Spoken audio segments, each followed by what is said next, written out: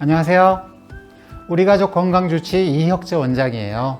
엄마 아빠가 된 순간 세상은 아이를 중심으로 움직이곤 해요. 아이를 키우면서 부모들은 나도 모르게 짐을 짊어지죠. 아이가 기침이라도 해봐요. 그러면은 내가 어제 창문을 안 닫아서 그런가? 그런 생각을 하죠. 아이가 안 먹으면은 내가 뭔가 음식을 잘못하고 있나? 그런 걱정 때문에 속상하죠. 세상의 모든 것이 아이를 중심으로 돌아가다 보니까 나는 내 걱정을 안 하고 아이를 지키는 보호막만 되려고 해요. 그러다 보니 정작 내가 나를 돌보지를 못해요. 그렇지만 생각해 보세요. 아이는 아이만 건강해서는 안 돼요. 내가 보호막이 되려고 했다가 아이의 건강을 돌보지 못할 만큼 몸이 약해지잖아요. 그러면 그게 다 어디로 가겠어요? 애한테 가요. 그러면은 나는 아이를 돌보고자 보호막도 못하고 애는 애대로 엄마가 아프니까 함께 아파지고 이런 어떤 악순환이 시작이 되는 거예요. 그래서 엄마 건강, 아빠 건강을 꼭 챙겨야 돼요. 특히나 엄마는 이걸 놓치면 안 돼요. 진료를 할 때 보면은 엄마 건강에 따라서 아이가 얼마나 튼튼했는지는 여러 번 확인을 할 수 있어요. 그렇기 때문에 엄마가 육아 스트레스를 받고 직장 스트레스를 받아 그래가지고 만성통증과 만성피로가 생겨 이런 부분들이 있을 때 나를 위해서가 아니라 아이를 위해서도 나를 챙기는 걸 잊지 마셔야 돼요. 그것이 바로 아이의 건강과 부모의 건강이 따로 놀지 않는다는 제가 꼭 드리고 싶은 오늘의 첫 번째 이야기입니다. 아이가 자라는 환경을 그래서 가족 모두가 건강하도록 만들어줘야 돼요. 한마디로 아이와 부모가 함께 건강한 방법을 찾아야 된다는 잔소리를 하고 있는 겁니다.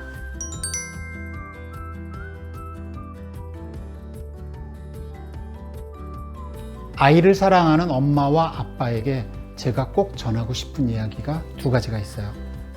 아이가 아플 때 천천히 서서히 꾸준히 나아지는 방향을 선택하세요. 또 하나, 혹시 나 때문인가 하는 자책은 하지 마세요. 부모님께서 자책하다가 본인의 건강을 해치게 되면 그거야말로 아이들에게 안 좋습니다.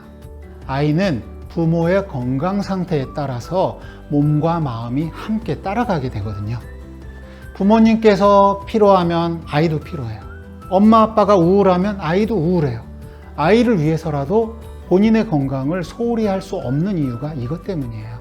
그래서 한방에서는 체질 개선을 서서히 할 수 있으면서 그것이 한 사람 한 사람 모두가 소중하다는 생각을 해요. 이 모두가 합쳐졌을 때 가족 전체의 체질 개선이 된다라고 보시면 되고 그것만이 가족 모두가 건강할 수 있는 길입니다. 그러면 어떻게 돼야 되느냐? 그런 때마다 딴 것이 아니에요. 내 몸에서 웃음과 물음이 떠나지 않도록 하는 것이 저는 가장 좋은 변화의 시작이라고 생각합니다.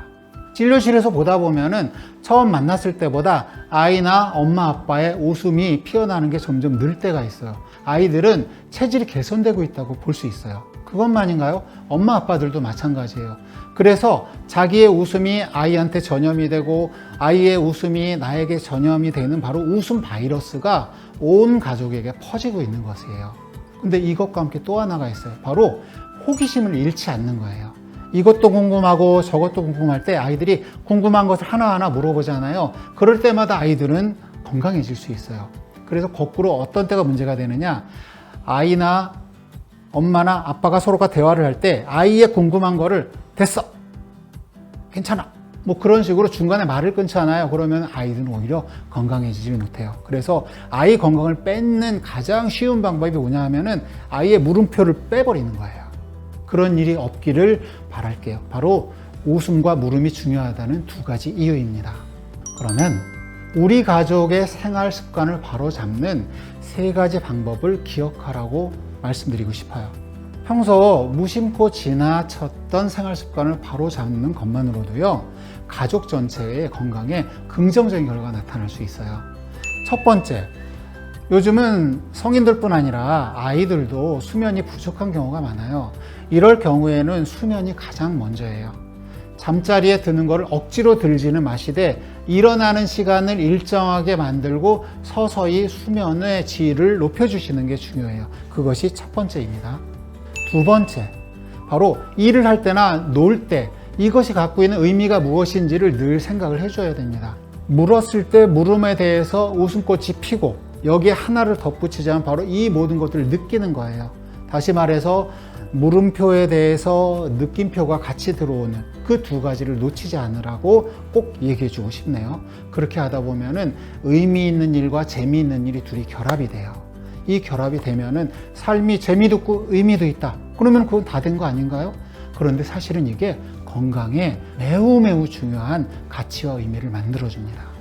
이러기 위해서 어떤 것들이 있겠어요? 또 책도 읽고 반려동물과 함께 시간도 보내고 집 주변 산책하고 자전거도 타고 이러면서 몸과 마음을 계속 움직여 보다 보면은 바로 의미 있는 삶, 그 다음에 물음표가 떨어지지 않는 삶, 그래서 언제나 웃을 수 있는 삶, 이런 삶들이 만들어질 수 있는데 그것이 가족 모두에게 만들어진다는 거, 이걸 잊지 않기를 바랄게요.